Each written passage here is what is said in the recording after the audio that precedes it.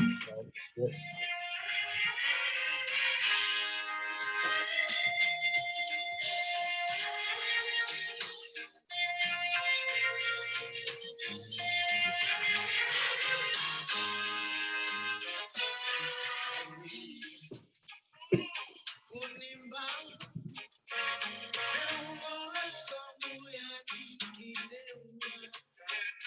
Ah, berlomba-lomba berarti.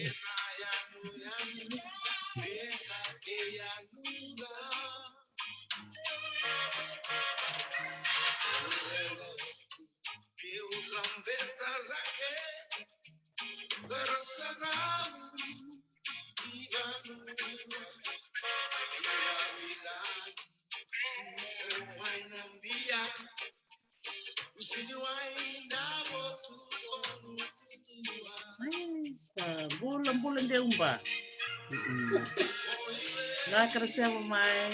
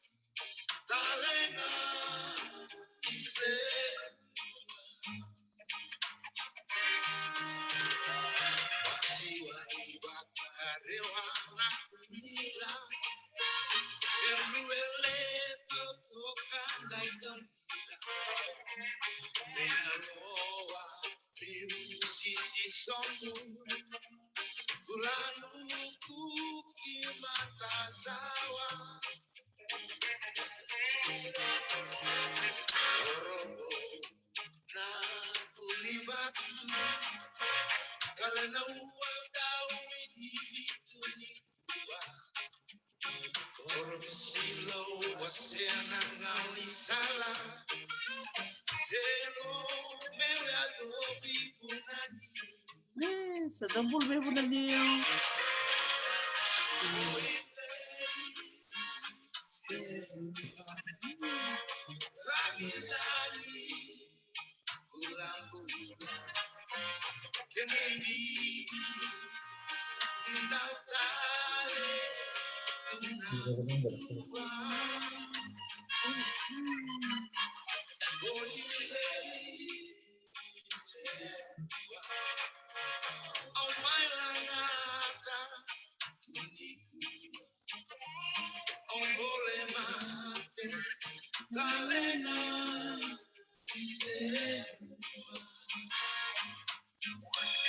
Sadola bal kita.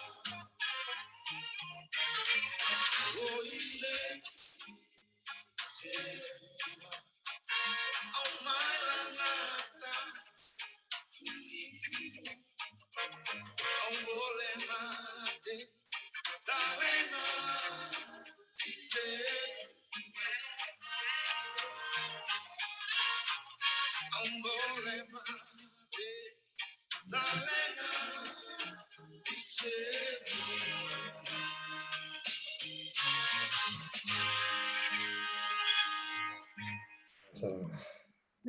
Sa vinaka makalevu ni bula vinaka na warong chukumai na ka vinani sigani kuwa ni kuwa sigamoni titiko na ka rosanga buli singa ni bula September maybe kemdo na itai ni buru kandua may ni Silandi may biti may Australia sa utingkon na 5 na rosa bukawana miniti viketongko Hawaii sisinga tambutiko gosta oti na vitu na rosa nga bulu kava na miniti oni taka ni rong vinaka tiko yani na biau liva ni betala noa na kabinaka ni kuwa endo na tiko na motivational Monday na vi monitor do sureti tiko mai na wekanda nonto puno mai viti na vi bono na wasa pasifika kay sota lang na bula nga sureti mai na visi bura merang ndo ngala mena vi moniti keve mena ndo may talan noa da may viva sita katuison na kainda na numa menda wasea menda viva kalunganga tekitokina ito unitaka ni unitali takatalinga so na bitalan noa sa ito may na bulonggo mletanggo na bulay babakanda bula tiko ke serua maro te kesarnir sangol cukumay na beturanga marama dorobo sonongon lewer na siya matukumay na muani madawongo na nonra na may talanotiko na ibata-batango na talano takatiko na nonra buli na nonra dakadaka na nonra tumbo dakemay na nonra di koro bakaturanga na banua o serua ya maro te kesara na kabinaka di kuwa na siya matiko kay Aotearoa na kena koroturanga o Wellington ro siya matikumikin ng koro na biotini o maviu ray boka budango kena marama watina o Agnes McKay budango sa kena ngonong komenta vakong bula saramanda birao nrombula vinaka na turang marama biotini sa bula vinaka terisi sebelum kilo bula vinaka talaga na siya matikumay na warong may na ibata-bata vinaka rongo lebunggo na eka vinaka ni koni bula vinaka so vinaka malim sarum ro sulit no ro ngona klanin ro sagi sukuro ro mena takavaka na ka vinaka ni kuwa ro siya marau mai ro talanga nangon to sige iskumena buli maro takini ro selena no ro ngono baka biotini meto me vitala no na ka vinaka ni kuwa ro rongo tal chuka ro wase chuka mbleta nan raki tal no takmo me bada tu nan raki me Wellington already chinan ro no ne torto na iri Iyo, vinaka iyo na dautuku na daw ni Walis yo misalo te korui nan raki mai Wellington yan raki bela rau ni ndua darani ba chakete na bombom ngai singaleu da sa luba chakete da vatar se selega tale la yakavi da sa vata tol tale vale na kuku ni dagi ni bonua dagi ndau totolo na kena visa unan raki saya kena bukan balang that you can have 5 seasons in one day ya na koroturang ke New Zealand Wellington yes ando imbole taltungan ni korongoya you can beat Wellington on any day the leader do kai you can beat Wellington on a good day sangai do can I sautal actually you can beat Wellington on any day di ko ke msati ko saranga mai wits kona pamadal tagati kona kabir tandona kana lebunin ruandro kima me wakito wanga buka tweet bale ye niku kima msairi tal samba un rasa saranga na kena matan singa ngai mai sausapatren lo malangi darai ratuna roka penakatuna lo malangi singa nawo ngai mai tumbuin na kena kata-kata salim gitu ya mai ngoi bale kiba miriri wabu gitu ngango na yaka bibinaka ni kusabantong bulan na kata-kata yun itaka ni donitik tiga bubinaka ni raki na spring baka siya tambah kaya na wasbabits and das ngay lako dulu mong iyo kaya naita sa iriri wabu gitu ngango ilo manibas Kami nakabalim sarvi kumron na turang beauty ng Brosili chukumena tutugunin raki may Wellington ibikitong kay Hawaii baka sabi so balilay gaya kami nano au santar nunggu sintes kata-kata sa water simbalaw sa wastokin sa bisaw sa bisaw untuk sa kata-kata mena moira kito na moira kito sa olo tal Cina yang gua ngonor sate ke bulis main Gor sarang main desa itu buru-buru sana kau nandilio Satu toka. O tsara nga mengai vital mata kita masamamiti. Menro kita letak na mena ser din dilio. Sa rong vina kadin na iyo. Nung rong ada mata nga santo totok vio na nung dorong ada mundo lang ser. Ngai do to balet ko ini to bat sini ngoni salang bon binin dilio saya pemai. Sara to balet tu iyo saken tu cenga ulang ata tu na ser ni wasara virtu. Totok. Totok pa ucira munro takabuli ti ko me Wellington ye. Nakabalik sarbi ko na biotini. Mete kutangan nento program kambimbing akenro be bambulai balai biti ke utian rogai andi bak madal tike menrongan andi bonon ro andi ta butu mikina mariu bat ke eknas. Yo binaka matai na bambula. Veke munike na warong tumai na siama tumai na kabi binaka nikoa ni mbula binaka mena biasa viti na biasa ibrobura sena biasa inisilanji so se veke munina biasa ni korongango na korturang Wellington ni mbula binaka iyo binaka bali bunda manda mai siama na kabi nikoa ba binaka tana kalau na manda mbula kei na vata-vatango ni rendam mai siama tibatakina da vera i mata da vera ngothin domo talanga ena kabi binaka nikoa senga ni rawa na kukuanga ni kalundondonga ko enda ba bautana kawai tauki kanda sambula tiko nangongo kau ba binaka kau ba bula talitungan ena rarama kena kuku ba batangaya sa ba bula tu eni deumba ena koro ena banua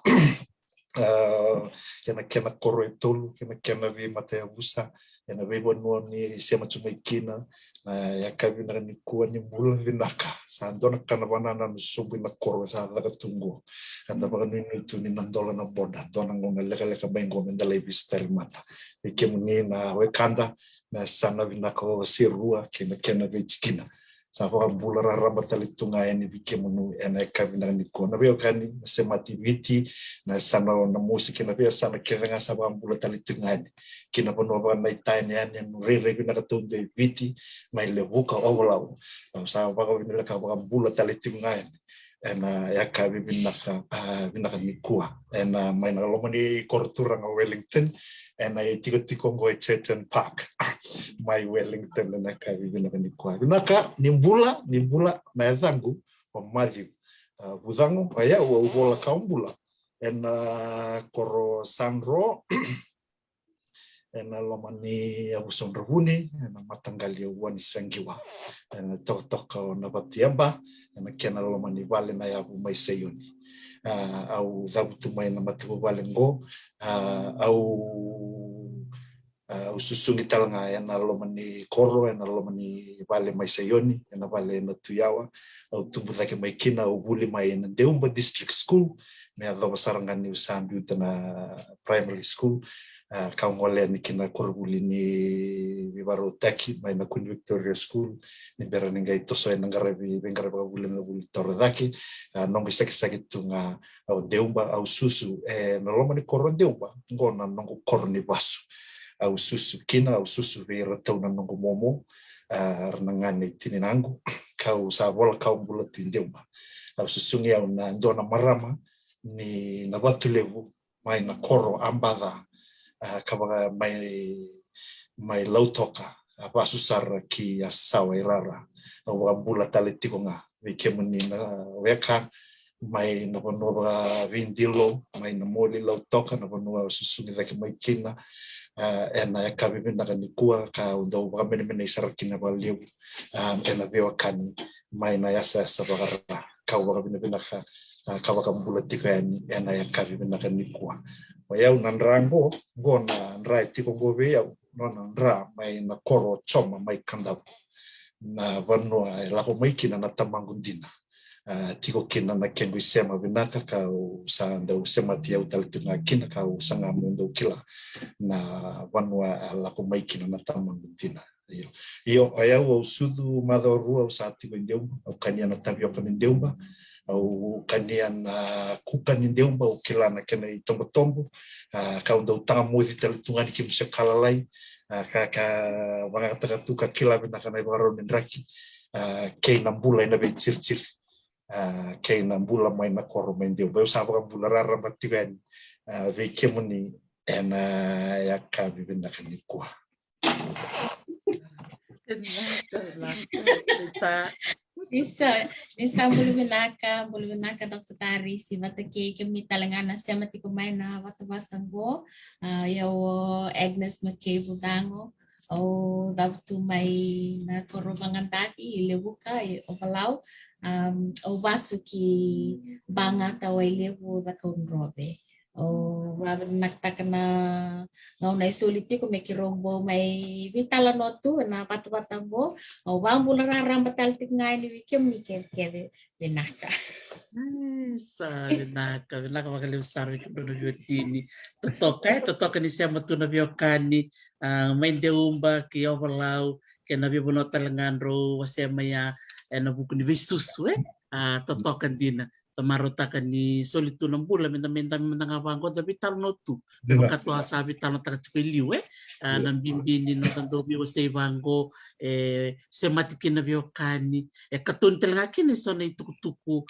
membaliti kenda and the running gay wasya ni bero na luventa babi ni binaka palibik munraw iya baka mata na dui kornipulin ro huli mekin ronin ro tanatak ngamay tan na kurbul may biti. Iya. Binaka oyo teka bubuli saranga may teka bu na buli na kindergarten may na corona muli may lotok. Sa teka bu na kindergarten na sani bali lutu wesele na lo mani corona muli may lotok. Teka bu ikay na kindergarten kaulay buli bakalay na lotoka Chinese school tiko talanga na sani taon ni karat tiko rabitan na corona muli. Mai lotoka o teko wale laika au ngai mai bagauti ana kalasindua na vanua Ndeumba district school na kor mai na kor rau se tiko mai kina lotoka na gase na nungu momo ke na nungu nei na bengarabi mai kia karau sangai lestale ki na kor au ngai lei baka bulikina na kalasindua me adolo saranga na kalasion au le teko buli na Ndeumba district school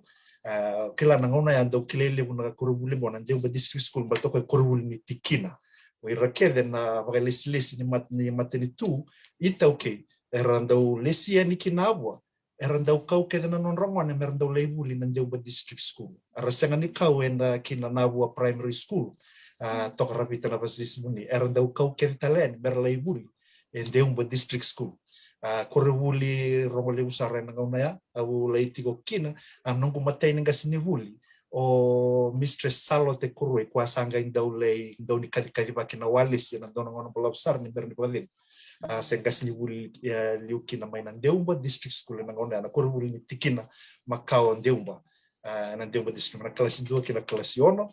Ultia sanga indeo sara kina korubuli ni vivarota kina Victoria School me adova na walusanga buluka vio kina vio sanga buluka rua ndonia na ngauna ngailaka kina na matai ni strike se adaka maikivie saranga le karole ko tia ule menangas na ngauna sanga mai baka otivuli kina na senior secondary school mai kia sanga tako sareni ki in USP angale dakatilo kina vida na pepa nembera ningai takoso mai ki New Zealand sangai mai tomani kina babenaka na huli kameza besar mai na nango yo ya na bekur ni bule sola rumah mai viti sengani tau na buli na hukungani bula baka ngoni kesedai tubaki sengani kabin itu yo na buli baka untuk bawele tunga au sengani ngoni buku me para so era santa buku rangkarabi na bule o tipo kona ikumu ni danda utugu ni tunang ngoni na korwe do tugu no na ngoni na korwe ko baka grade number 2 to se number 2 ni danda utugu na korwe lele do tu no mai na korro baka danda revision ayaw dorira na ngoni na bulo mai na korro na ngoni ayo binak Maka yo vida to kana korni fulio lei bagu mambalatan ninas na maramatinango daw lesi wabo kibiti yo te ko na ngubuli may lambasa na Holy Family o kala situlu kito sa toki lebuka sa leti ko sar na lebuka public school yo balatin sama to kit ngabi na buli na kuribuli lut katolika sama nito kita kali kina Maris Convent Tiko wuli Maris Convent sama ni lakusum sare na St. John's College Dawadi. May Dawadi, fomu tolu sa lesi natin ang gumalira ka nosor. Pero sama ni Wikaw Talangao sambule wul pa kabalilay lelin. Duang ka natel ni lelin o sa sangsar na wuli andra kambaw. Manlibaw tekin nung kubuli na fomu 1 kina fomu 1. Sa raw may na fomu 1. Sama niyo dusar na kurbul nasi buli nasi o titol na baki batay karon no go baki na kalaka sa tumantal na buli na University of Southern Queensland ko na distant learning raw kina na Bachelor of Nursing kaya sangkay raw kina na walumay New Zealand sa may chicken New Zealand sangkay daktal ti ko na buli na Feature and Well Tech para kina na masters. Binaka nga na tukula ka lang ng balik ng huli. Totoka. Reda soraka baka mali we so na bom lalay balu tumutok mo na itay lame.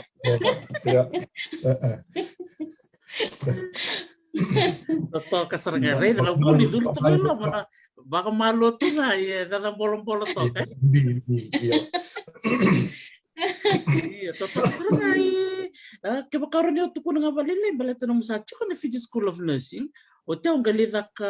bana nomu bachelors be na University of South Queensland. Era bada mo semata na rona curriculum na Fiji School of Nursing wat na University of Southern Queensland. So nangona ya se kina bisa buli through Kip McGrath atau liaison for University of Southern Queensland. So they provided that program for Fiji nurses that wanted to bridge and to complete 8 units to get their Bachelor of Nursing through University of Southern Queensland. Nangona sa sulikina le kito le vida to mo sangame kito wuli. So it was through distant learning kim dakatiko kimami rawi kimami na so mambalete nierto ren pakita kana ni mami FNPF na kavaya me so mikina na wuli gay buki bale vorto Kip McGrath na tambanan ni kana kana kalasi na assignment na lembi te keda ngai kya bakau so that was an opportunity na baki with the Saudi but 15 years ago. Iyo. And ngono talaga mal nakataltig nga kinorto na CQU so live na Kebetulan kan CQU na CQU so at around about the same time CQU malak talaga so some of the nurses went to CQU but I opted for Kip McGrath to do my bachelor's through University of Southern Queensland. Iyo. So totoka saranga dari dana wula lai baya oroni kani bibu kena no mrongole menisilandi andor to nang kay tarata lang na ulutan nga mo ngay soli baka sama talanga sona nas talangar na barong tu meniku se sona ngonelo robul nas chiko erna to kuno kasarabe nita kanis me la korao inislan au talanga na raw au tare taksarang mo na rongo ya jornalista lang ko bi taumaji nunggu weka nanomu taka cuk na Victoria University roni pa madalaman nanomu taka binaka au kaiti ko ni usahada mai New Zealand au sanga mai baka tulawata ki nga meu sanga indona ka meu vakaba meu yang kina au sanga mai tau ya utiko ena korongo ni korma kawa o wanganui mai tiko kina na maramana tinango o koya susuni rautiko na tavingu kita mai tiko watai wanganui aponongo ngai mai sanga meu sanga kina me toso endonaka me bakawa kai tiko sanga sanga mau baka tagaba bina kana isu tiko weekend au sanga ilai duru ena bulinga sindi buli kawa tomananga kina na buli o angara tiko mai University Level Pacific kawa senga ni baka otia au sanga mai sanga mau mai sema ena buli wanganui kaunda baka bina kina na huku ni kenandau taudoko tu nambula ni ben maliwai ba community baka au sin community baka viti wanganui atau ya bukti ko kina induan ngon sala ni nonra tusoida kena ngone di Pasifika merla ibu lingkas ni bula unga mai duru mai na ngon sala ya kamai bagau tikina na rawa kina na ibola ni lingkas ni bula ka undo ba ni nakakina ka ni bula ina bonongo atero enduana ka endau tuta kana matentungo sai ko na buli baka bimbi ve kenda na Pasifika au kalau ngatakina ni urani baka ngatakan ngon sala me urani baka ndei talekina na buku ni buli kwa tomani tinga mai biti kasama ngarabi New Zealand dau sereki na buli ka dau lago tule daka patakira na itau ke kora eratigo wakanu daka ibekau ngai dau tiko ngona ndona berto nangase mai wei waka mai na mosi ke tundole daka patati ibekau nangon ni sereki sanga dau kaya kwa Kasi. Iya, kas, iya, dau kwa labo Bomai ke sando daka tiko bala baka mai bira dan numa tiko going the same baka yawa baka landan ona tata baka lebu non dandambe ngon baka lebu non dandambe ni sandan dan turun dono mi bola wili ke tiko batana baka goi bala kala kanga itu na kalib na laila kaindo be wali taka nang kaseng go yang kaindo zokayo na nona baka tutu saya ya usah dong gai taurat na nona iba madala o otako mai sa lista satu sarari title tu banyak corona gasta ko yo au lai tau ya bu mai kia sarau ne boleh kasini boleh usah gai ni kenal lumang meu kaya sianga hoya ora ni uza kabaro ni rawa total ngai sona buli lele besar ke bakaungan remandi au sama ni dia usar mai kina ina University Victoria kau mai dakabataliki na ikaroni degree sa ikuan public policy ngai major tiko batakena development studies mai kia usangai samai tiko ka satur talangan dona tikini dakat sulia dona professor ngai university kana numa ni raw ni una bakang ataki bakal dia bukina kausawan dia mai na kurni wulin na mai na faculty of sciences tiko kina kausawan dia mai kina faculty of commerce and administration nangona kasaya na tikong na Wellington School of Business and Government Wellington kau dia mai kina ka usama nanu mai usaha tomana talanga na huli ka wala kina endona topic ni endona thesis na endona topic ni kena dikel baka binaka na ibakarau ni nonra dawa huli na sena huli ni beli utaki keina ena rara menimbula ni nonda beba torre da ke se development nangau no savolati ko kina sangai rtau kana korni buli ke ro supervisor ni ngon sala au bia panti ke bati kongo endona bonwa rambai leu senga talangan ni leu na kai matata etiko kina na buguni pantin dike na research and information are very light literature very minimal nangau ni sala ua la ko sangai upgrade na research ngo kina PhD mero vaka pata tinga ko ya ko ngarabatiko nangonango ya na malio ni buli nangone ra kina na degree sangai rutu na degree na education but ke na public policy au sangai mai ulei vaka tiko kina Commonwealth Secretariat gona kemni na kila na kena headquarters tiko mai London ye atiko ke New Zealand indona kena tambana ka ngarabati na huli ni beliu taki veira na tambana ni matentu so senior public servants in the Pacific and the Commonwealth so eu mai daga tingo na in the CFTC division for Pacific public sector capability o leitau ya butu kina daga kau bini na wana kalau na bumando vela metikina kandale ngaraba tu kina sonaita be sangani kani buku na kangan indina au daga tu ya ngaraba tu ruana na project ruana milioni 2.5 million na kena na lomani viona bula mo mai maroroi tu na kena ngarabi tu na kanga ondo wa bini na wana kalau baletani sona daga sangani kani na no mo ibola itu gets you into the door iyo na kanga isenga tiko na tamatan dina erdo wangera na tamatan dina erani daga baka tuntu ni bengo na batu yang nanda kini boleh daga bambi ke in New Zealand kaina daga dina kaina makut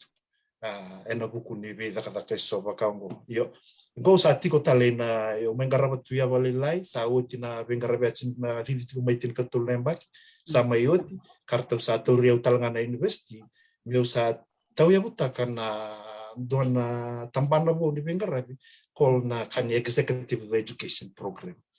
balatana faculty sengat tiko na non executive education project ka ke wai tabi tiko kina ena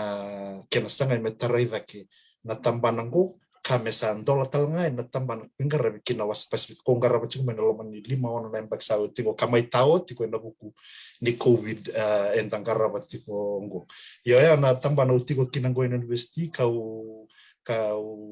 nunggu itabi tiko ka lebu talangana ngo na kau tole bai tabi ena daka wuli on Pacific public policies and development pero to na kurni wuli maten tu sena school of government na school of government ngo kitunga na Victoria University na university town do chiko kina na kuru ngo ndo nga etiko ike na kortura nga Wellington na kene karua etiko mai Australia na University of Canberra nina renyo kila na kabeke munina buli Australia kortura rawa na University of Canberra tiko talanga na kena School of Government ka kerau au tiko kina na bukuni kena bengarabi enang onango iyo sa anda baka pinang ako na clue ni rawan ni daw buke kenda iya matay ni kala o kenda mendan daw baka iyo ni rawan ni darawata na vi kain danan numan ni nasa ni rawan da daw bra kaya iyo na puna ya tiko kina enang onango katoso tiko nga na bola fisis ka usa kawai tu kina vale na kina sangay me laura itale mandanang on salan ni nondan daw tumberi rada kina value taki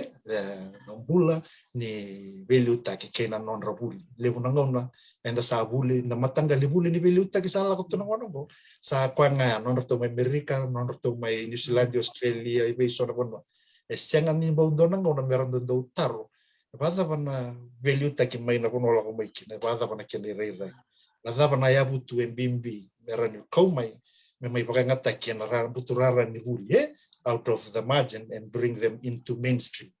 Me mai baka ngataki kina. Koya nabi matanggali na lebu ni labo. Sulia nabi mateni tu. Me tarai dake kina na value ta kina wasa Pacific kaya tawa yang atung. Nam bulan ni baka nindikan na kono ko siya tarong itu nga na matanggali bataw na dapat nga matanggali na kamera ni binakakina nabi liutaki.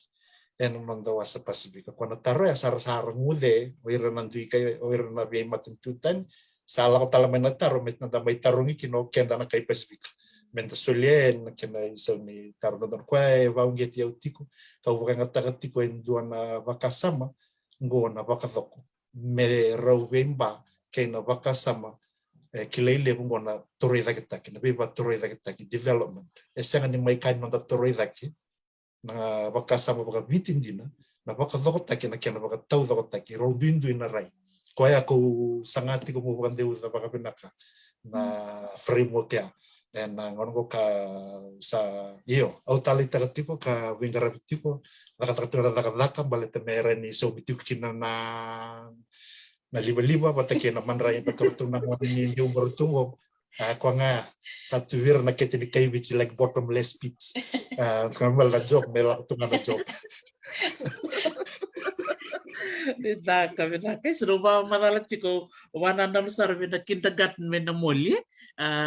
odi mad me tanran nang wani buli adi diwa bu tiko me na moli me sar may nakabati ko na vadindikin go Wellington si para iyo dinasaranga usangan daw mula na bara na tiko me na moli ani usangan ni clear nang wani don ko daga tunga na tangi panan don kona yung dore Agnes, sakit kalian ko rin nadong turag ting betok. Horror. Iba talaga na muli-muli may na kuni Victoria School o sa galaktan may na Victoria University of Wellington. Totoo tako ba na kina sistema yan, nabing karabi na muli may biti ngol Menisland. Totoo kan din, nabibawang gate. Di na sarang nakautukuna. Kaya nabibawang gate ni Labo o kasi orang matang ko dito ni matini banua saro to me law to ko na boss law iyo bakal landan no tata bakal limu no danda be yo no danda be toro me bola wili katiko Saro turang ang buku may maka, turang ang buku. Turang ang kortong may laki. Yeah. Sandan betiko, kondan betiko no, wili tiko na ibola. Sa okla na sa may namoser na warong tiko medikua, kaya untuk lang poso beda butuh bekasi, antara kau bekwa tako. Yo, bulan beraka plobo binakabali na viva ka ungeti tiko en rakini bulan darua takoso watakina oba bina kana no wosa okilanyo na sinikila na bimbi ni nomo veka o tukuna na bidanga na malni bosa ka viva ungeti tu mai ngona ya me asa tiko mengo yo kalau ngata tiko na nombula kalau ngata tiko na tiko mai wai baka au nuita kan sa lina wabu lili sa tiko bango na wabu koko dina ka toto ketika na bengkarat mai lagi na vale mariu toto kanjina vi bong geti na kau tukuna ena buku no mo baditi kau tali takana posa na baka doko so na posa makau vaya ni da kota bat mai na buturara ni badindi ke babu ni menda relesu menda kota listal mai so na be karanto da kaptu na rantangasi na biluta ke na ngono makau ero ni kau mai mi yang atali weekend ena ngono ni ko. Iya, beberapa sama nabi bator itu kita apa sama palang itu nak ambil it's belittling kena balik. Nah itu kuna pakai bator itu kita kena balik. Our initial position is low, and the tiko ira. Guys sangai menda torda kina dona bon ira tiko kino ira nabi bator itu kita. Kila, they already made the assumptions that our life, our beliefs, and our way of doing things is redundant. Sangat dibilang rau kena kait tiko. So sampai sangat tidak bisa takana raya meu kain senga we came mami development is about completing, it's about completeness kan walang bale epoka todo ko taking nambula sangkai epoka balen bale na nonda sangam na nonda bebuke kina non tara nambula baka itauki kenda mai bit sa pang taksar tal tunga baka lip no posa baka toroi da kita mo toroi da ke mo la koibi Baletan kenda nakila ni ndambuli menda taudako. We've inherited our place, our world as a complete thing. And we are not gifted any less than any other grouping of people in the entire world. Unfortunately, that hasn't been the case. The way the education system, the way colonizations have framed itself, and the way we've come through, it puts us in a position of smallness. And then we have to then catch up to the rest of the world. But imagine if we change the narrative. That in itself has a psychological impact on our lives and on Ndambula and everything. So sangat tingona to counter. It's an alternative development approach to the whole notion of development itself and Ndambula. Maybe so taking aya. Well, mandang apa kaya? Levo na kau nga takat ko na bukundi pandindikin ko sanga ni kani kau huli lamay kuruli au sa les sartal tinga ena itu nga ndorong ada may wale se Ndambula ni wewe kani may na koro kena kaya na kenan daw banga takitu may daw mana bosan ko kachibaki dan daw kachibaka banga tak nga na botan ko na kachibaka bata kena wewe kani we protect it with both hands sanga ni dona kaya daw sulia baka raro Koya may kota talating may kinabakasama ya ike sangin daw baka ungeti yung sarting nga baka liwe na bengaw nabakasama ya wambimbi na itukutuku kende umba erabola wasiatliko erua na ibola bola imbaleti de umba endo bola William Geddes turun New Zealand kendo Maurice Bernard maramani Australia karau tambah karoro na non roi bola ro may talan wata kende umba ngai solikin na non ro PhD Rau tal nota kan anak kakek tak kilap wabin nakasar ngau kenta. Erau kinon rau PhD. Kau yang gendo musiti uti. How the hell that someone came and told our story, they got their PhD for it. Balik, kena balik. Na italan nota ni koro sebentar ni talan nota. Bibi tirara bayi apa kan ngau PhD. Yo, tengah bunga melakukan. Nak kau makan leu. That's a really good challenge. O tali tak seranga nanu muasia mai ambata ne rubitan lo ke te tusinranra kona doroboni seru ene anu tukun sarchunga ko na kaba tongore na tukun chuko ko ni do tonga bango redir to ndo ngwan tangan laksar me chapan me ta kaba ngano na masters me bulito ko ndo matanggal buni na niu iseru lak ngamoko me bolanga sarawat tunggu na master sangko sa re profes tu me capan sanggai kau ko na kaya tariko bakali ngere do ko na laksar tu mendo me Australia laksar mendo me capan me bulida na ni tu kau iseru mai rawata na no ko re listal o bango bin na ko le witi tako na num sabaka sam tangur gor saranga na kamo da kabaki menda sabu les tali kina noton di bulu menda bola na non di tukuk maka bina boleh mari nom tukul mai na baka sa bimbole ya bimbole Boleh. darsana rik sarungo yo bolau me makan itu kuna me nentor maramanita nia sata kaptalinga na no masters ronyo ni pamadal tak matamai gina na ulu tanga da buanding tak mo da kapkina no masters Minaka. Na nogu masters na kinaulutangan na what does cultural competence mean to nurses in acute care settings? So na objective binakati me kilay na nadaba na nanuma na nasi rata kata kachukan na acute care setting ko ED, ICU, coronary care units membalata na cultural competence nadaba na nanuma na daba erani nakaba me wa binakatakikina na non kila kame balata na cultural competence Lorena i Mislandi na vingareva nasi dona kambimbi ko na cultural competence kiba mi assiste kina yo na criteria ndo yuti kumai watamba kinduti nga vera na maori yo na betana visa unimona betana ngona biu mekina nangona era tiko ngaki no era na babalangi ke era na maori ya nangonongo sabe na ve mata tambu yani era sa lakumai na lomadigo nongo ni silati so na challenge etiko ve kimamina nasi kimami ndui da tumena ndui ve banua nada bana ni mamina numa how can we apply our own cultures, our own understandings in our work setting. So my master's was around that, understanding what it actually really meant, and the drive, the outcome of that was ensuring that nurses understood who they are, what their culture meant to them. Only then can they know that there's a difference between their own culture and the cultures of the people that they work with, the cultures of the people that come into their care. Only then can they deliver culturally safe care. And so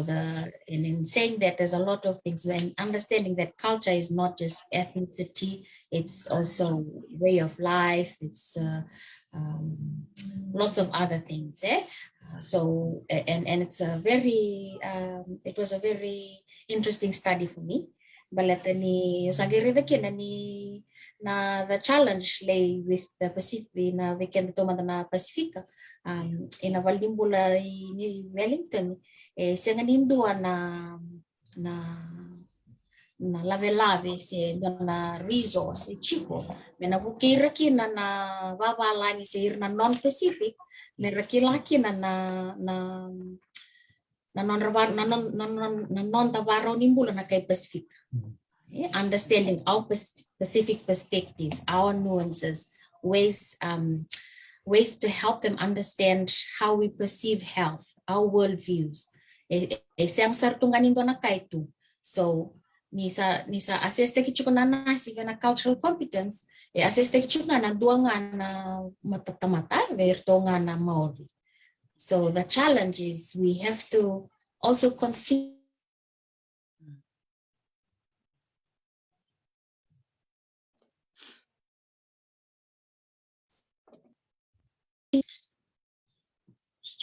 so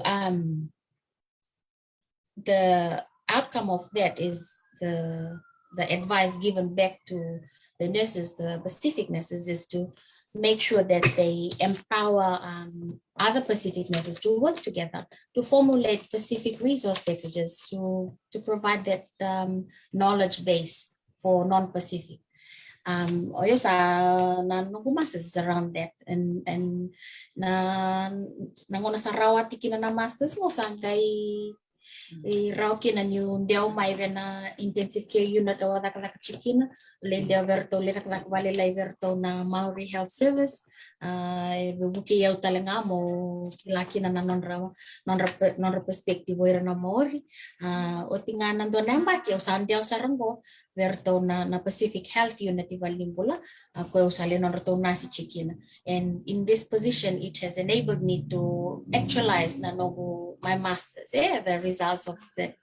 is to actually put together a resource package for the hospital, for the units in the hospital. So that's work in progress. And with that comes the policy and the guidelines to help the hospital staff generally in terms of cultural competence for Pacific.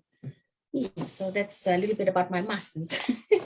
Please the next. Totoo kasarang totoo ko makauji sa ko university mo niya bulikin na nita. Which university? So this na kona masters of the cover it's through a polytechnic, which is Fitire and Wellcare here in Wellington. Tertu do specialized valiborto na chutalang to nursing program, which is very recognized. Yeah. The uniqueness about Fitire is that the nursing program is in 3 streams. So they have the mainstream, the Māori, and the Pacific. The only difference is that they have the support service that's provided for the students as they go through nursing programs. Yeah. Totoo ko makauji. Okla nili barong chumungo nimbula vinaka na barong ti kumayo ni tali takati kuno nonro may biwa si chiko na turang biwa tini. Be egi dapat mo rai beira na tiko na tamban ni nas. Klan nili barong ti kumay na sor barong ti kumibiti sor chiko talagang ko ni Silandi. Doon nga mo pasangan ni bakan re beira na ulutangan ni buli.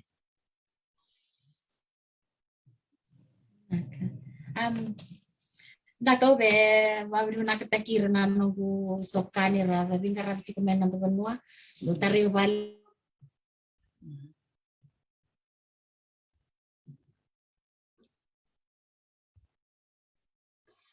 no yo be babi na katakan ni senga nimbira na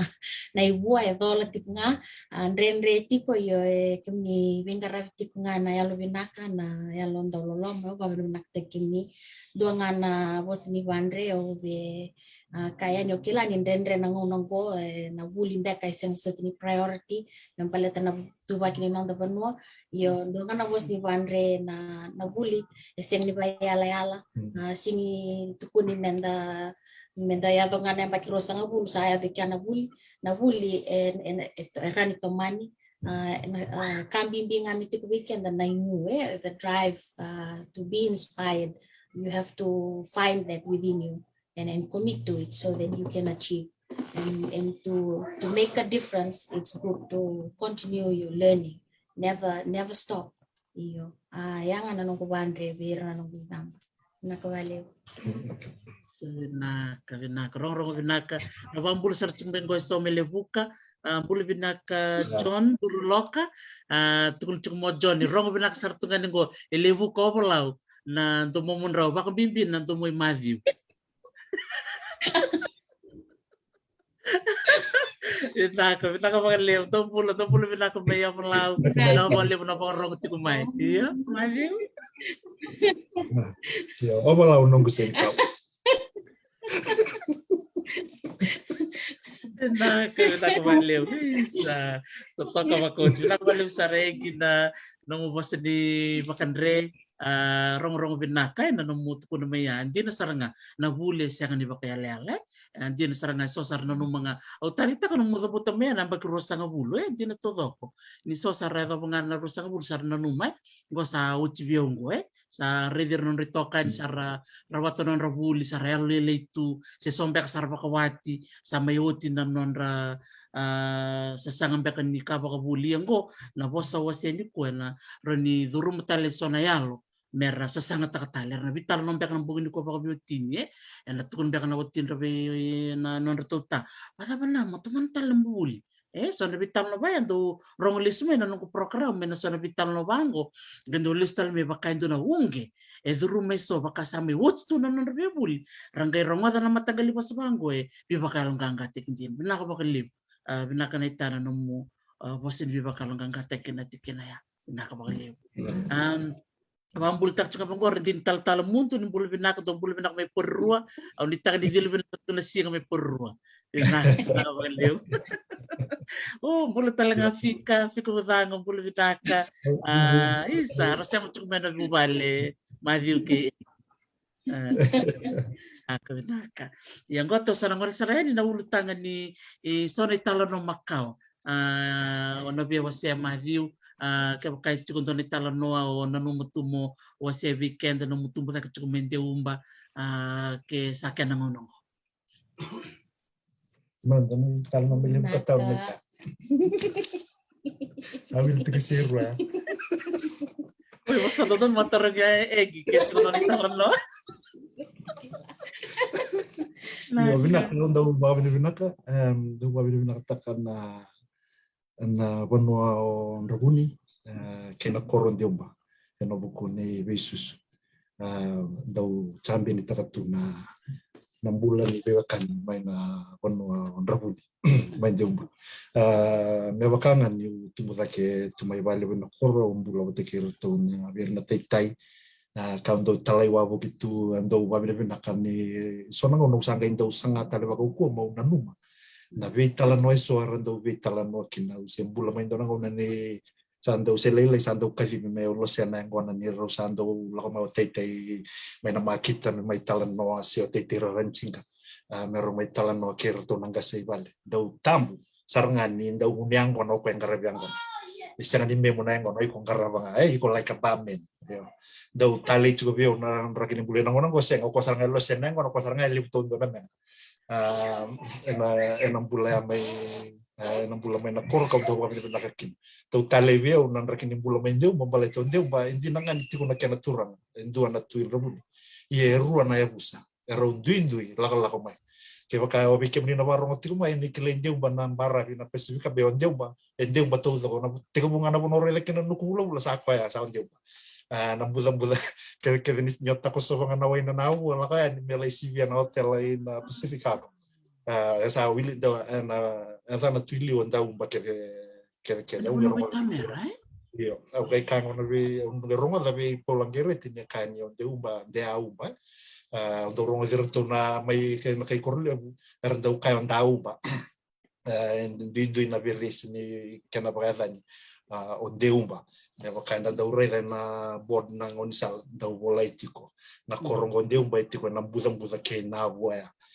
yonte umba na buza ngondo na buza bakando mumbula da urongo da italan ndo tuguni lingondo na buza da ulebu kina na iwal yo onde umba koro bakai ko na rona ya busango ndo na busa onde umba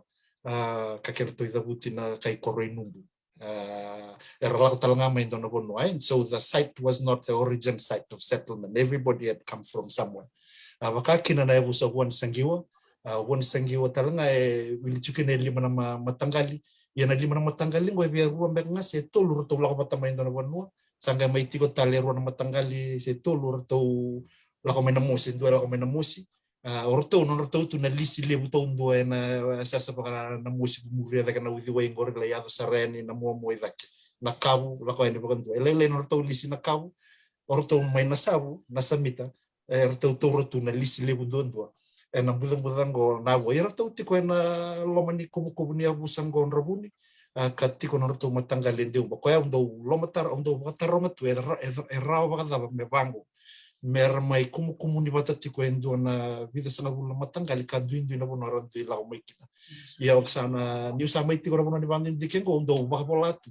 eso na italano lala me usanga matakina na italano dada buka lala irando talano kina nangasi ke ko endo ngai la ko mai na bangin dike ke ko esa kelele butu na betaro ni banua yo orto mende un bango na yabusan Nravuni daule bertara yabusan Nravuni ndo tani to ndo norte poso mai na poso para siru to no reda poso basiru eram bale bata ke itu ya ni babonga na poso pandeumba na poso pandeumba bola kan rongo tal tu ba poso kan benga se roto mai anuda ia roto mana ko roto kilawe na tiko na ken roto isia mara to lako anuda tiko mai anuda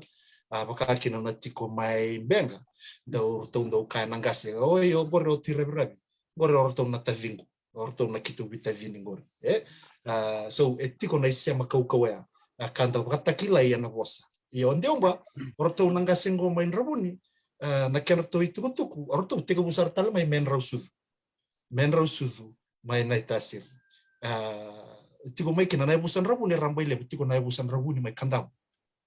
que o vengo na Foreign Affairs Calliope Tavola turangan ni rabuni o koia tiko talanga na website na kainravuni.com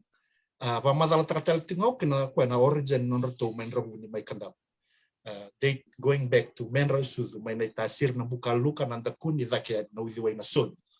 etigo ni dake na Sobi Basin etigo kina na men rausudu range bo senga tunitarai na ngona ni kua baleta ngona ya na kena ituki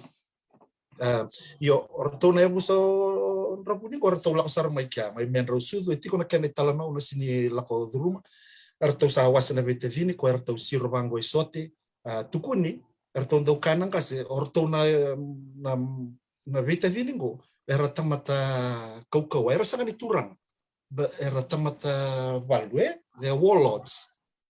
ora warlords arto siro mai karena sama itiko isote soran dia sare berata karena itiko berata sorta ko so en lumai viti bandona kene wasele lako mai siro mai ramai itiko batuanga gai tuku ni noirango arasau mi merbakamana na American Embassy mai nukulau I don't know the truth in it, but so na italanoa utom bakara ni orto ba na ka gai laksare ikan tabo sini kan orto baka maka orto tiko mai ono mai kandabo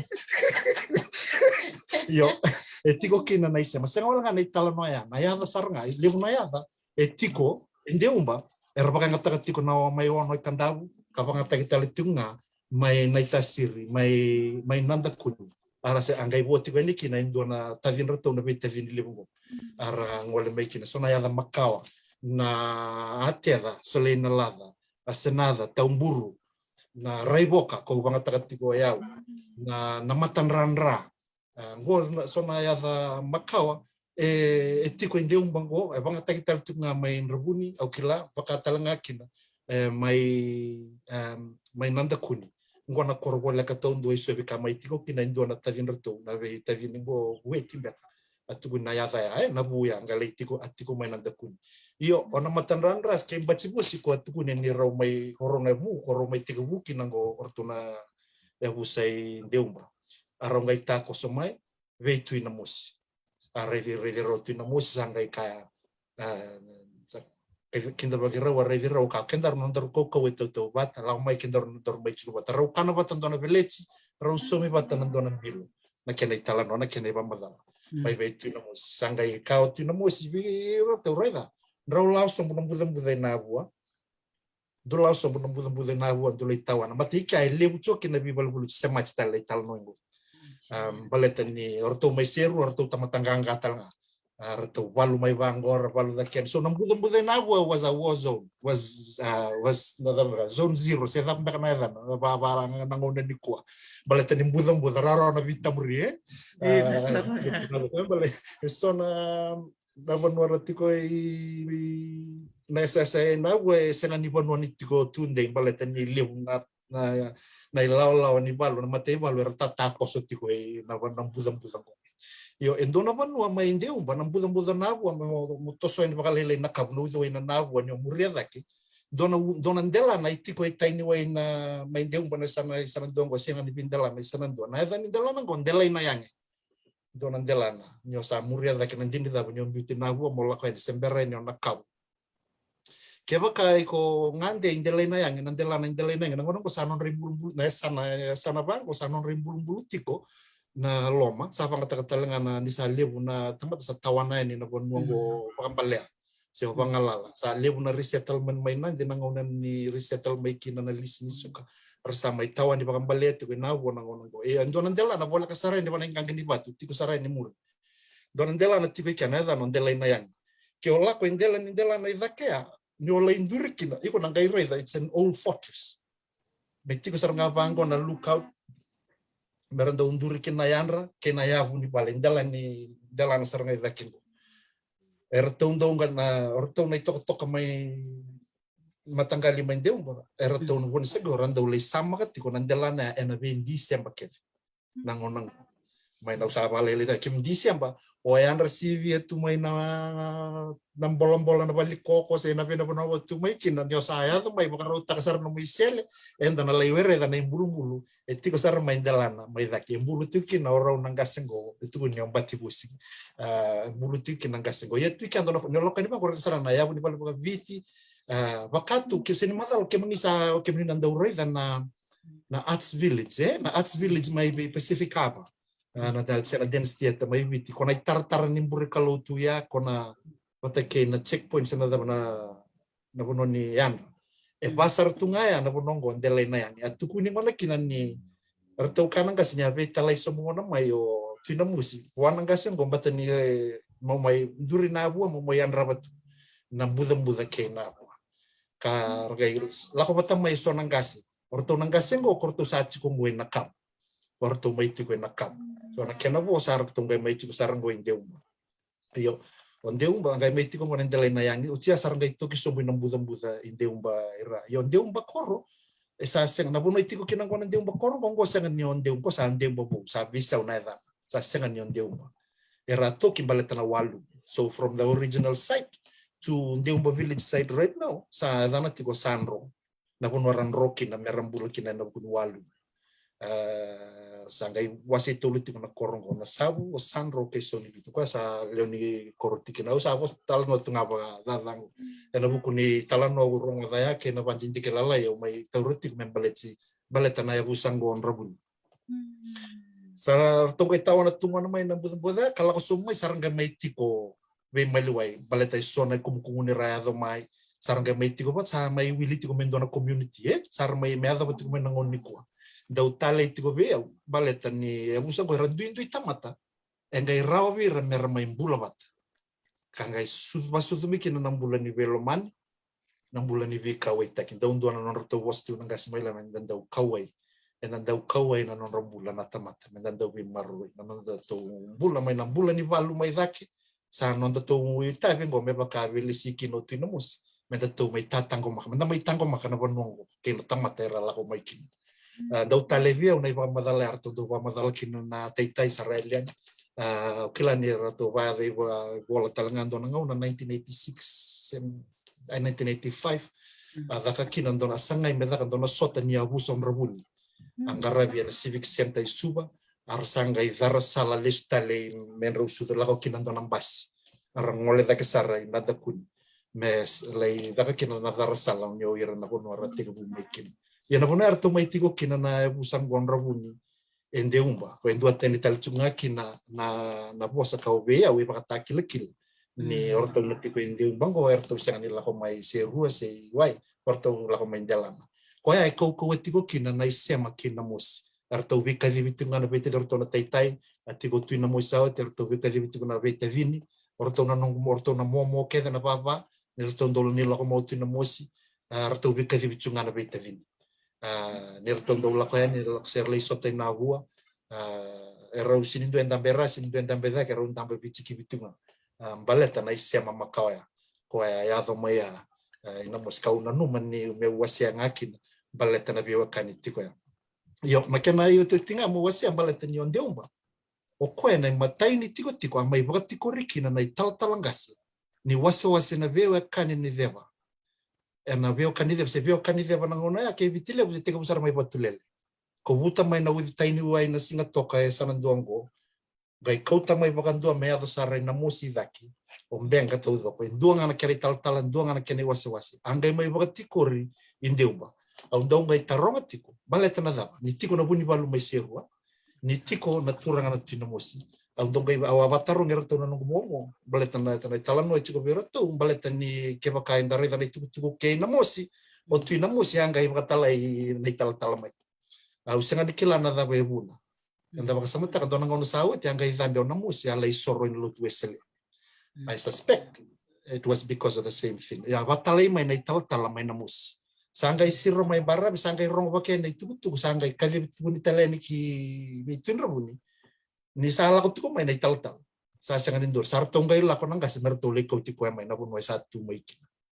Saya tuh mai yo ko ya. Inde umba sanggai mai ti ko kina sanggai visa na ya ni abu. Na itu na nang gas mertong gas ni de bisa ta ko mai nandu si leka kisayon.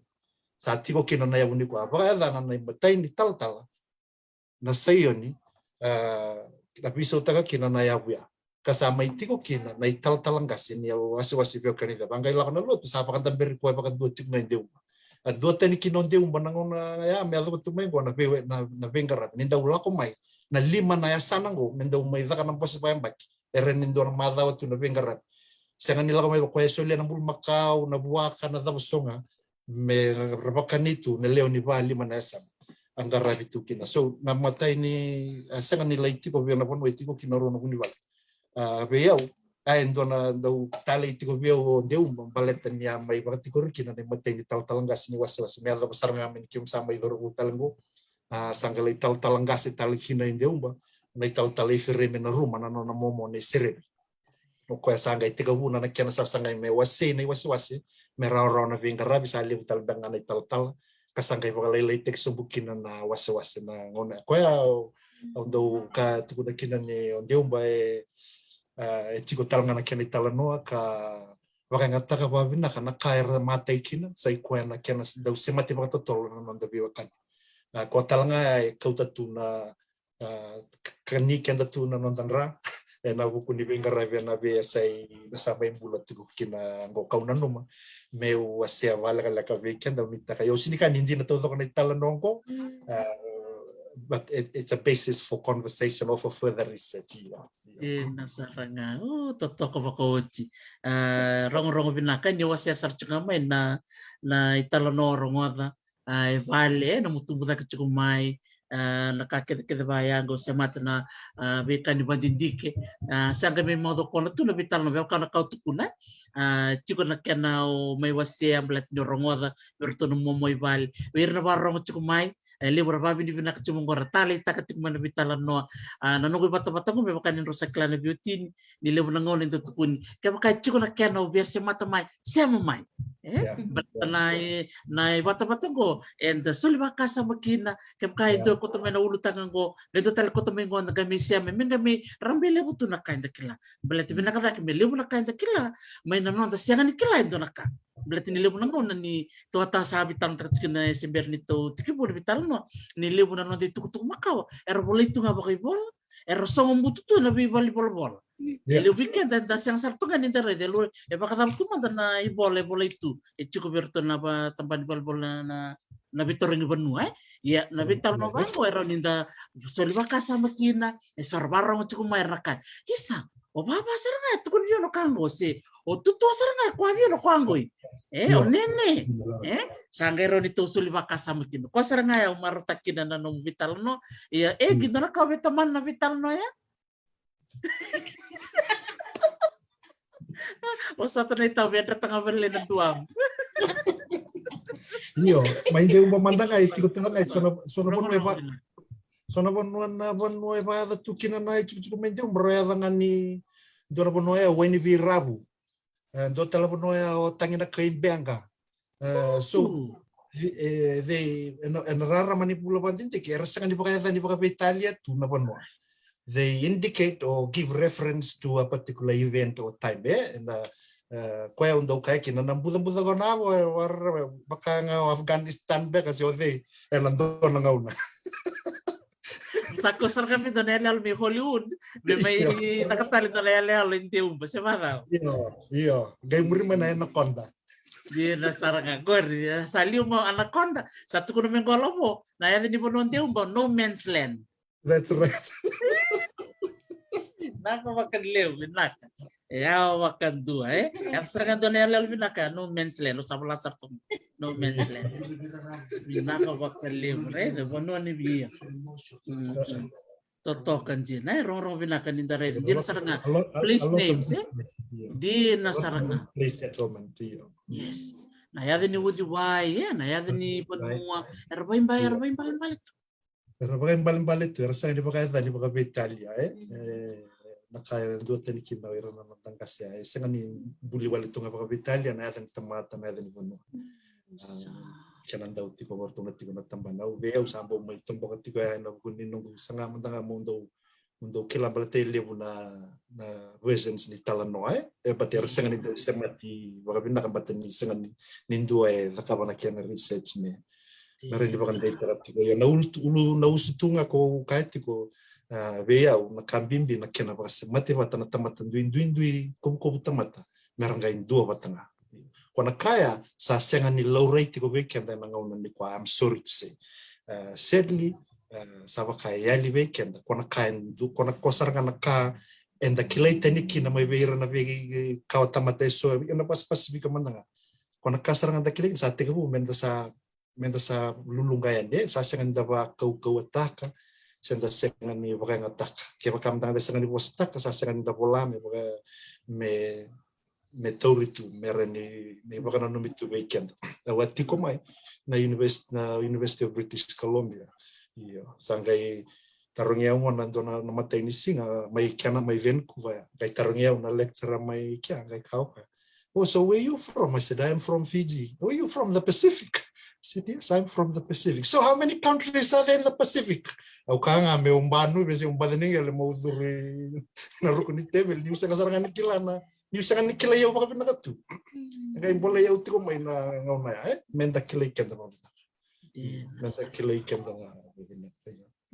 Sebenarnya nak balik sara maju nomor semen itu kena talita kena kawala pamatal tak miai na bakan dindike na talista le na be kaya bolai kena be katarna itu kunye na non itu tuk makawa na be ka bakan jatek me berto nang kasi weekend sa kambing bisar nga weekend men pola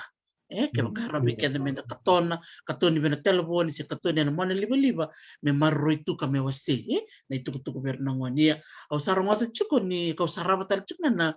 kena baka tabuli di cuko na bosa baka biti na meke bat kena lang ser me Wellington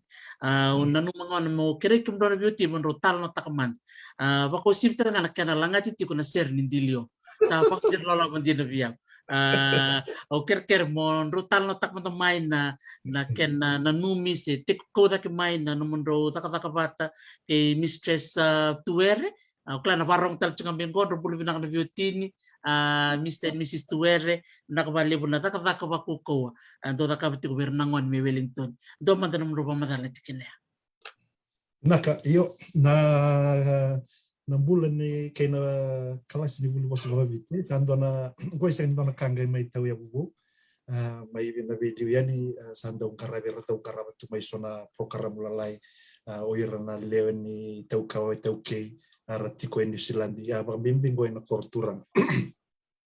Nordong karabat tumay na persona program lalay bango hindi na nga ni kada buka rasengan ni semati baka pinakamay semertaray meron baka tudo ko taki na kena ngarabi sangat tiga bu sangkarap makauti ko may na kalas ni boss baka biti ko may tiga bu ena runon dulutin kawal may tiga bu sarang ena lomangan indo na matasig may tiga bu na kautatake may na baka nanan na do na turangan yon yata turara talitung na ni wal ni lutu Wellington wal lutu sele na turangan ni one tango o kila sa turangan tiku ni nerai enangau kau talaga na bakas sama ni nanuma kerawan ni sa tau ya manda indona kalas ni bosa bagaviti ka kerau tiku kan mebakangan ni kitu leni matasinga kitu sama ni monawata okay misa tiku bu wale misa kerang kasni bu limbatan sa tiku Mrs. Tuere ni kenandau na nyoko ya taka pamalaw tu na YWM kasando may bengarabitiko na buku ni reading recovery kay na buli bosa baba lang may biti na sona kuribul tu wesele may biti suba kabe teori sartukin sangai kero semata bata yoko na ngono ko buli taltuk nga na University of Pacific buli tu nga ni Wellington sangati ko na degree ni Fijian language koya na sama ni kito monobata sama ni kai kinarega au sana toko ni ko na kana sangai metareva ke na kalas ni boslo bit kitu tiga bunga na lo nito matasinga nito ada ni matasinga talanga usayon kangarak mai kina na ronon dulu tin kawan tiga bunga na nito dingon biasa via tiga bulan awal ya menetap mana ngone ko sabi tul sanga bu kaon tul sanga bu kabitu na ngone kenang karabitu ke mai songo tu na covid sa karabitu na buli bosa bakabit iyo endona ka be ke rau sangai kawai enangoni salani be bakabulifi dona ka ke rau sangai tarambaleta sa sinran dalang ngamain da mai wili bola tu ndak tu na ni wir ngona bilong ngona beleti ngona ke baka baleta nyoir na nei mamingone ke era sa bos babalang ke itu ma sen walang ani kani bos babalang sa baka sama talang apa babalang ruana kanduinduingo me baka ngani wa mai ngas ni bul wale lai gon dona kambing bi mendan da psychology the learning psychology don don me da tor baka binak nimbera ni da baka buli lai sono ngone ko tale kin na bunongo New Zealand yo na bulingo baka ro tenga baleten matai na matin tunggo to kona baka ko sarna na kena maroroi na nonda bosa na nonda dui bosa specific languages tiko sarna na matin tu na nona beito ko kena sangai menda baka bulan-bulan taka na nonda dui bosa mai na bia sai pacific so kona ka na ka ko tiko mai da kuna ya sangai lenga tiko nga ni senga na resources so na ibola menda metiko meroni baka kina be tabuli mamal okera na ngona tiko buki na kero sangai sanga me kero bulia mandanga na resources merao kina ni rabuke kina na kero sangai ngara tiko maikin yo ba bene ni tiko be Mrs. Tuere na kilaka ka kero ndo bibu ke ndo kutamo ko sona resources mai viti sangai ndo nei ro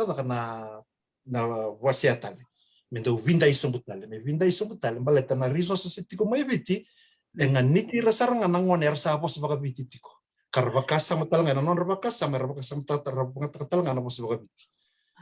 sangai kau mai sangai bantu me baka mama taki merani ra mama vina kanangon rabitoriki so na boli bos baka viti ko sangai mai garabiti ko kero sa kau itiko ngana kena buli buke nangon me kila me tuba na bada na bosa na da me biu mai liu na oyau se na kena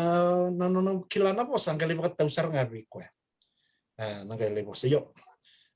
dona kanda lo tio vale buniranda utuku na ile na itumbu tau keke senga na buli bina katondua ngana bobuli mai vale sasanga ni kila na bosa baka viti nangon balati ni senga da bosa baka viti mai vale au ndo ba bina kaya ni tuku dina ya ke baka mendarai dan na rei ni community baka viti di sulene ko so sarmai tumbu chungo na second third generation sasanga na bosa matata sar bosa babalang na tumbu sa sinra ni nindanda utuku na sona bosa baya that is not a solution.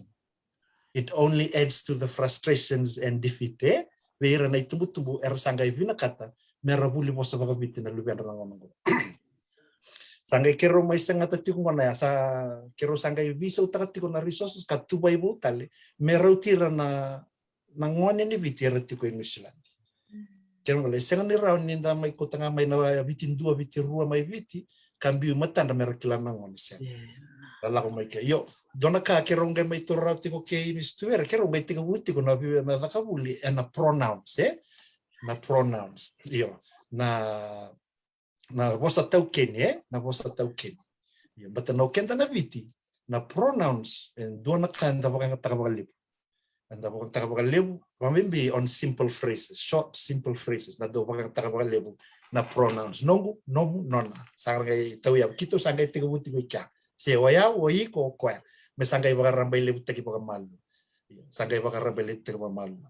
na non ratuku na mata ni bosa kim dong gai buli ser bali kim dong langa ser me bukira non rada buta namba nanga nanra ko sona bosa rendre na da kim dong gai langa ser bali unconsciously they remembered the words and the pronunciation bocha magai dong le kau talmai na babalolo bam baby bomu sartoro mai bam baby bomu nangone rati ko kalasingo sarani willi wala baka biti but in terms of pronunciation not understanding but pronunciation amatai ni kamba bara pronunciation sangai kenai karu amerga sanga amer kila na bare tukuneti ko kero sin sanga amer fluent speakers because we can't make them be fluent in Fijian baletana dan batana pas balangi sa everywhere so Fijian is the second language And so the competency level, we are not here. So we can't measure them to the fluency unless, there's the investment there. So sarangay-sangay ito nga the simple basic structure that will give them the tools to be able to go and expand on their learning. Korkan kung ulang kat ko weekend dan daw biya bakabulivir nang wala sa bakabiti. Dasa lebu era bosa bakabiti era tombo tunga may nakanarongod. Ibale. And lebu weekend dan numa nunrarongod at tunga nanda bosa era sa makila. If they don't have a structure, if they don't know the rules, then they can't engage fully or properly or grammarly right. And na bosa bakabiti. Kona kango me kwa menda sabo kaya almato tekenda na via the kabuli bosa bakabiti menda kawai and na kalalay bakamu. Merau kena kona kango kira wao ngai kira tu kira nang kasnibu. Yongo erang nang wandra tungo sa sengatal ni rangai bakasam. Sa tuvek nga na ya dhangu o ka au ngone ni Vanua Levu au vasu i Melbourne. O au ngone ni Mba au vasu i Levin. Sa tombo karawera. O yau sa via kana.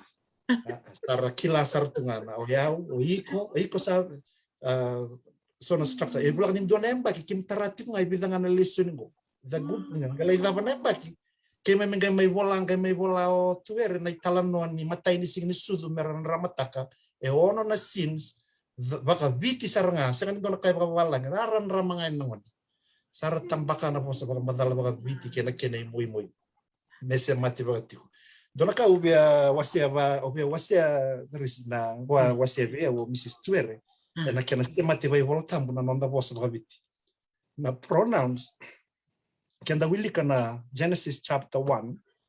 boleh ngabang babalang let us create na us can be anything, any number. Can be any number from 2 to 4 5. Angone bakan deo tegi kina bagabiti na bagabiti itu kuna saranga to and na bosa bagabiti na to can bali equal to 3, not 3.01 or 3.02. To equals 3. Kaya bali na bosa bagabiti gives clarity to God's words to us. Bakai lumutu kina na bosa bakabiti. Kongo do talita kina na piwaseni Mrs. Tuer. Kambal na pronouns asuli baka tambakit dua saranga kina bosa bakabiti. Merau ni bakan data katiko ni kalo orto leto luna bakalo quando gai mamatara ba u nakatanga mo wasia ve kina na bakarongotiko mementa kakuen ni mbela na nonda bosa bakabiti. Yo koe kora kima mengerang karawati ko nangone nangonanggo kima bisa wakana mate tunggo kina wakarau dhaba nembaki arasa sema tumer nangone basu isamo ele nangone ni biti tunggo kai viti basu indo talanian indo talmaten ko kima tunggo se kai indo talmaten tu basu viti ersa kilai rosa 30 kilai baka pinakatiko kakira usa sangat ni roimu me kako ni dangutu na bebatabuli na tem nga baka buli na tem ni buli kerong dong garabiti ko bakan dua nga enan dua na madawa na sebe akawin itu sih karena dong garabiti ko kinangwan ya baka tau tunga wana non ritu butumbu na non renda kau main nangwan kakiro do babino na ni kiro sema ditu kira usah ni linguist semo vai mulai na sa bakabi ko nga kau lelengan ni kila kanta kila tiku maya kena kau sa may baka ngata kambal ta keba kainda sanga ni kaba o dei tale na gaida sarada kaba may roto na ngase may liur tour tiku may saradi tiku may sandon me talabetal nandon ay labla ye bita na kalile baka biti sa tiku New Zealand ari di baka tiku may ni nanu mi Dr. Durtal may tiga una na iyo na graduate program na Otago University lengan sa may lengan na maramango au kila nindo na turangan na itatal nga Dr. Ma wakawati sorry wakawati ni satu roti kuna program yan ng onanggo na kinay karua nga may wanganui etiko kina indo na Fijian language nest yo korto ngarabi rito sarangan na ngone murubuli may na embakin 2 kina embakin 5 tiko may wanganui na Fijian language nest ya kahit na tiko ngona born and raised Pacific Center ngona bono tau ya utala nga may kina karandong taray dake may kina na ngone na buli pos makabit sama ingito tiko ngo New Zealand yo Wilmoni Kuroi o Chona na Reki o Rongo na isebu ni Kurubulia kara utiga bumay and ena senta ya atiko kina ro aro kasi ni buli ro talanga mai kina ro nandu itinan ro sama ipo sa balangi ro kamatu wale ro gitu raka babina katigo ro kilati kono non ro pos baga bitim bale tangwana na senta ya ko tiko mai wangan ya baka talanga kina na Fiji senta mai okalandi o sengani torba matata na kena itu tuku batau kilani ni tiko kina na kenra buli tiko na pos baga bitim mai ka ya na kortura ngakito na nero kelas hakwa nga compulsory schooling nga level may na kelas 2 kina secondary school kara tau mani bata tiko rando mai duru tiko ena buli kelas bos baga biti ka kero sa taka tiko go ena kena sangai me bakanduri dona app kame tiko saranga kina na non relation nangon kame rabuke kame na gai be wasaital nga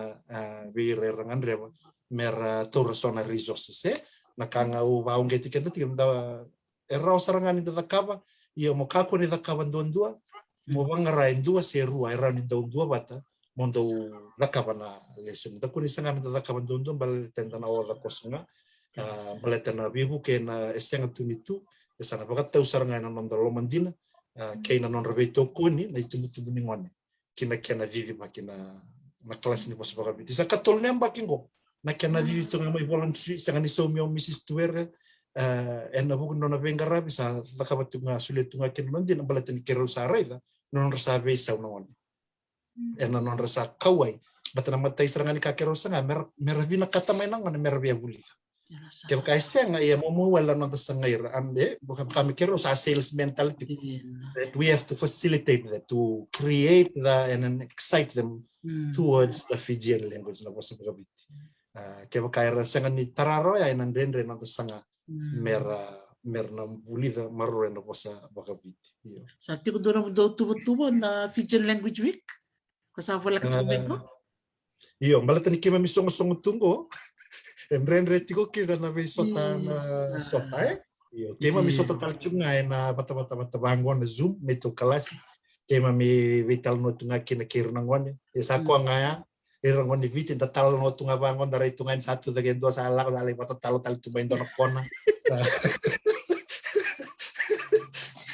iya kaya ko kiro sa sektal nga ni wara karaw may kiwa misan dola may kira ni kim sabi na pa kira isong tunggo New Zealand na batangan dengan de ruwa kiman kay na ba mayo kalandi iyo patis mo tudo au marota ka ni chiko na kanayalo nin Rusia ka isto mi baila besar na torong ni se vitem ba na undol rosom chukin undol na hat daw sulimay na be nguna kaya kita daw post kina na Facebook undol na sa kanjira sar ono betarogi Agnes damo nom nanuma naitana no mo reniti ko na no vai taviti ko no dota na kena bakata bulidi na itobo kena pasa bakabit ay kunre saya ngau babu binakan ni raw in opportunity solia baru tektu na kalomba ni siang wala nga di mabuli ratal na ngonera tiko na alam ni community to bul searching nga na tuloy bale babu nakataga ni gondo talenga na ngonsala bakang takino ko na buli bambibina na tumberi takimai showcase takino ko na ka membalita na ito bakabiti na iyo batigyan na po sa bakabiti o naktatalaga ni bibarotekto na kalo suli Mrs. Tuere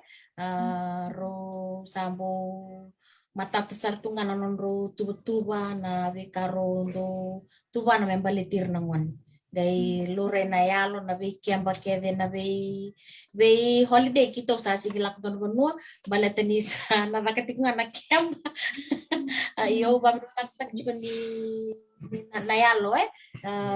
singati ko me raguli na waswaviti mer nakilati ko ni ngona non rabosa ngor lakoy be ser na lakoy be ngona non rabosa ko ba nakina yo ba naktakan na opportunity ko sulitu berau sa no gitabi nga na do support support balatang ko na kambaleti siyang wala nga ni baletir na baleti kenda yung baletir ti ko na lubenta ni rirnanta kawan ni mataka iyo. Meka kuni yali na was waka biti waka ya usa sengani ni was ta mata tasar sengani was matona was wabiti yo gondo na ngon sala rauni na tumber kino irna nonda kawan ni mataka samai sudu ra tutani tumai ina ribanua wango ni silandi anggo ngon sala render na marre kina na nonromosa iya ina naka egi daraka bibisar nganggo na nomu na vito kone ni daredi mastamadiu ni langa ser si bibata buli cukubir nangoni watala kino Mrs. Tuer mero babi ni binakata ko kemundraw na vito kone ti ko ni bale veiko egi wakatala kino be Mr. Tuer ni vito kone cukubi Mrs. Loe ke bakasya nga nomu vito kone orona turang gas nibul maram gas nibul ya nasi yang lima tata na nonro levi bata buli tu tok pinapa kalim. Thank you for the support. Endo talaga na dialect na po sa pangandagi Erto matay kina na luwe kira wi malengo iya. Sanda uwa saban ratiti ko ang kasi doon matakat so seven duri. Kali baru abat dulu sa kama satu sudah kena dumuy baba. So seven dulu saya mo so seven may na room. I'm during.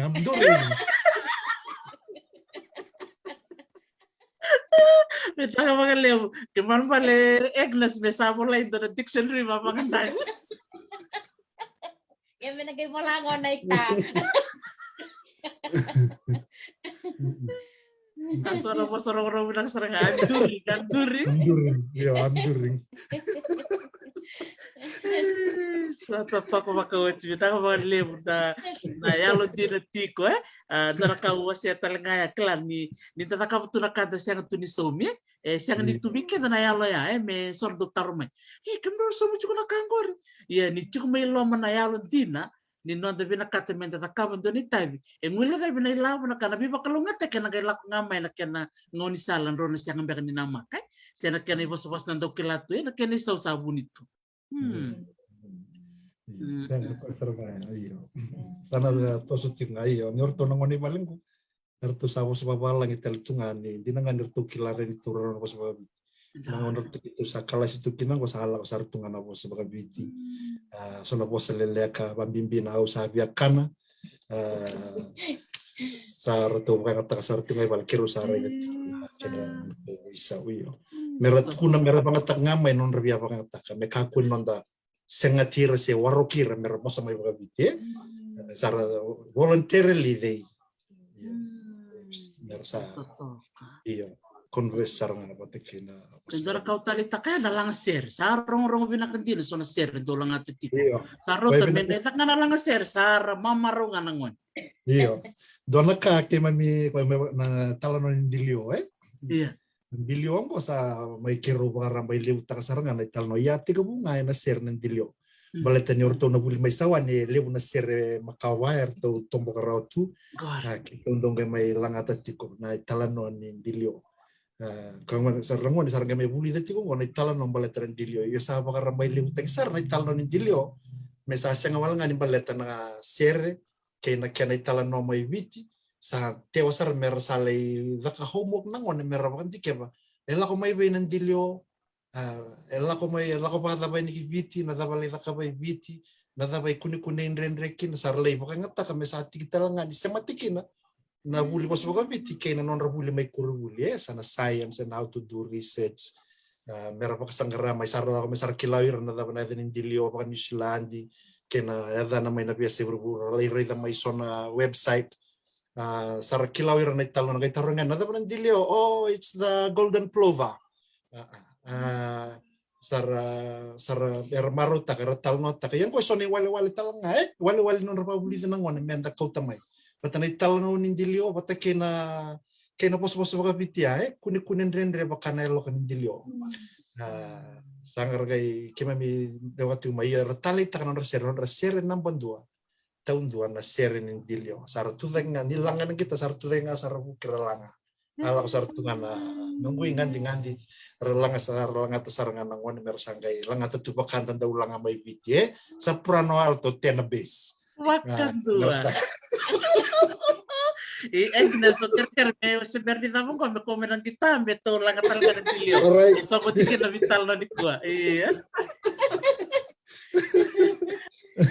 Sa rong vita kasar nga bilang mali mo na mo Robi was say yes ato talk ba coach libro ba bin binaka tumingo nimbulu binaka na siya mo Amerika may Australia binaka mga libo na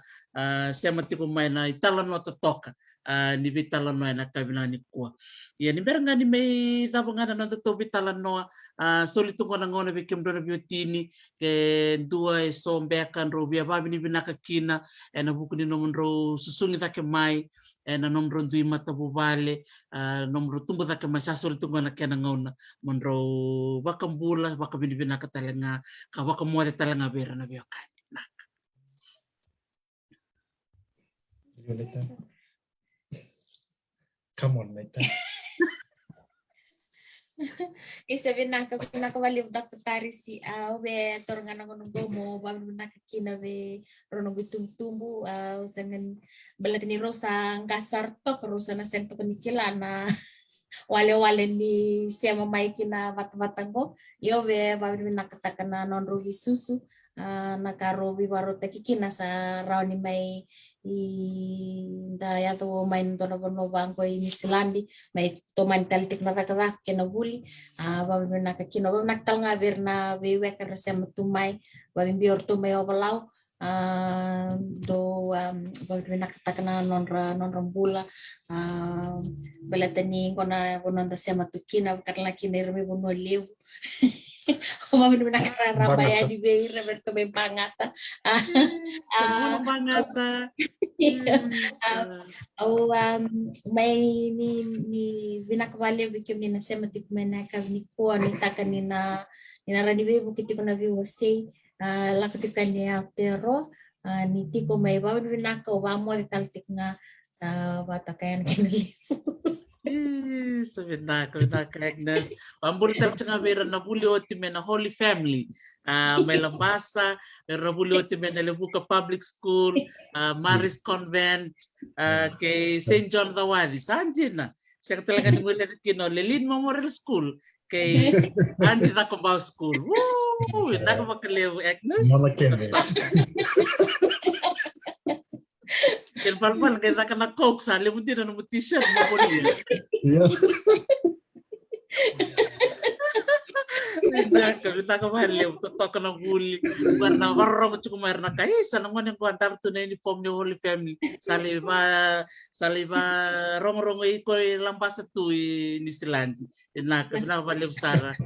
Agnes na bully ken na sasanga ken na dota kavaka. Na baliw. Mario? Yo binaka au be babin binaka talangaya ni matai na babin binaka weekend na sema tiko maina ka biniku na bari teknik kawai na bata rongo lebungo sama indo tentu kina maraman ni silandi lelengo salain rokon binaka tu kina rei ni bono na bukin bukin mai namus kim sama indo kondok kawal itu ngain kena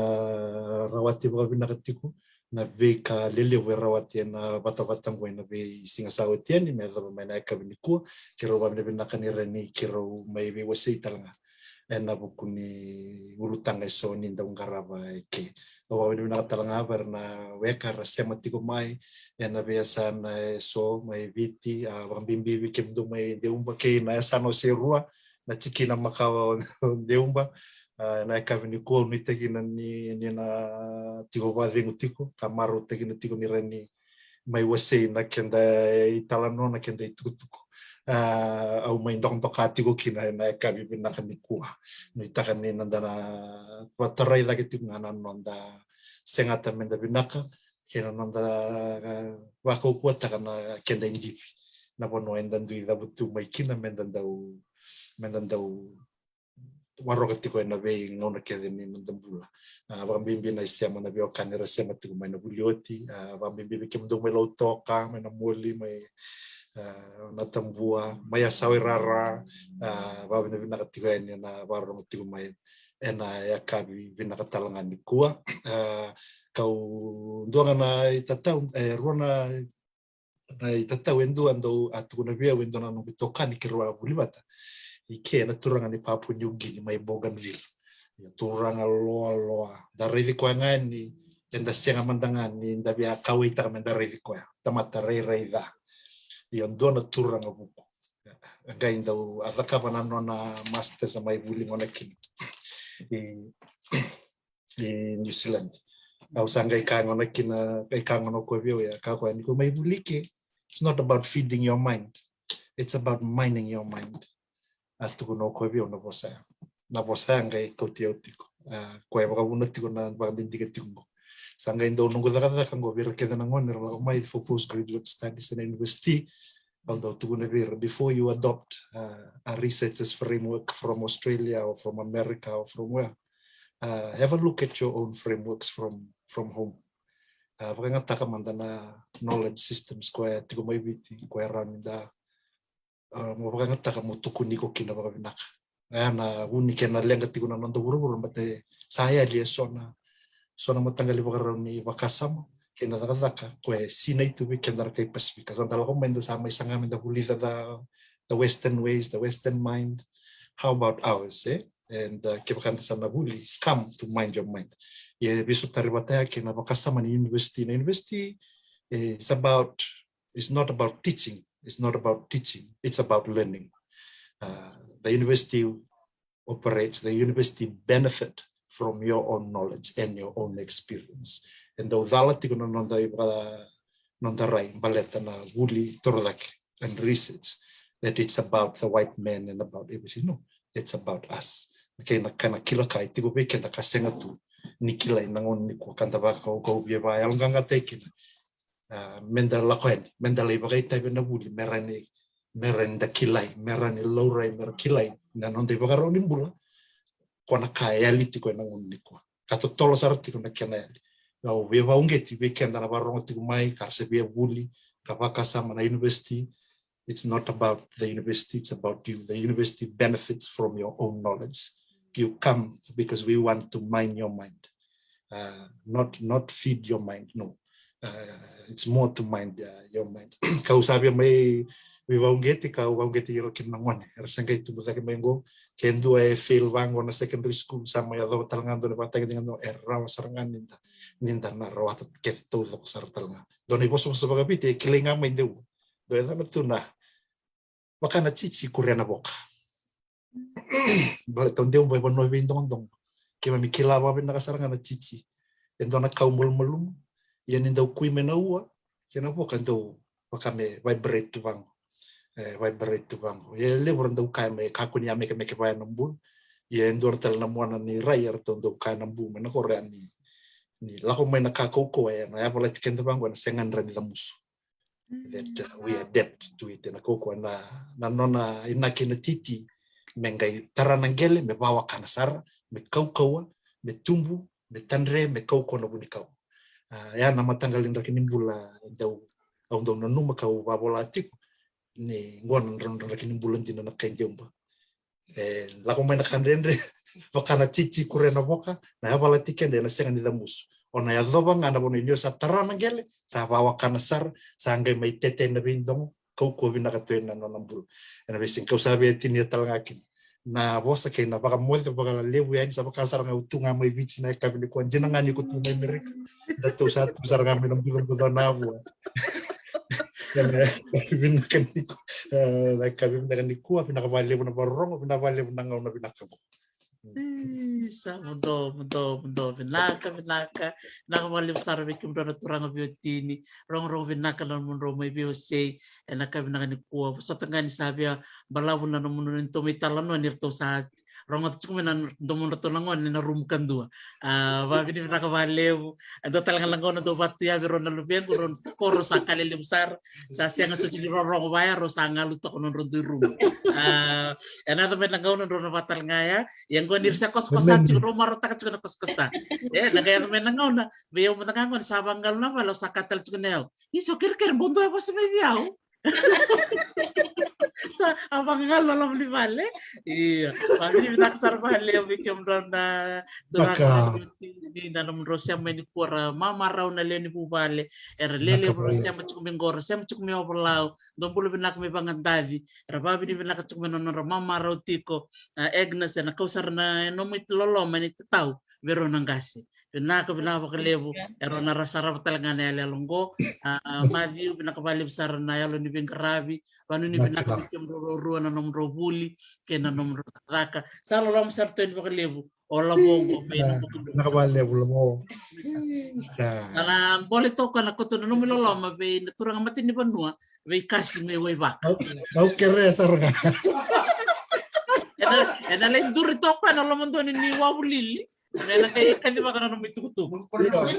Ano ko rin masolo mo. Oh, iya. Bakal dasaw mi bakayawa. So mi bakayawa. Bakal landan non tata, bakal lebu non dandan. Lucy ka ng bisnis eh. Lucy. Binaka lain. Saya kan ano mo basta di wararong ya. Sa may rawata chimko na nung sa stanga baka buli. O klan ni narong atong ko kasi na marotak sar baka liwe. Iya. Sa babi di binaksar chukan bike bunraw. Lalong sa rin bali bi Wellington ni. May kalong ato ng rota kataka na madong go tong bitar tarchik. Binaka ni Samuel eh. Naka valebu. Iya, dumuan de lam sarbe to ngone. Naka Mane sa totok pagkawut. Rong binaka na vital nongko. May biro na biotini o Matthew Raiboka Budango kay Agnes McKay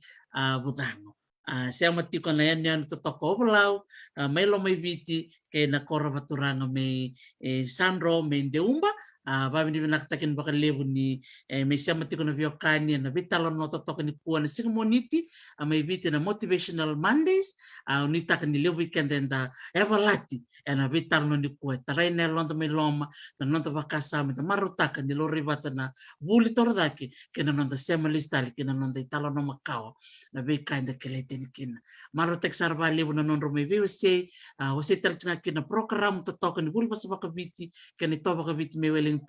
Baka buliti ko na bubala na tuwer.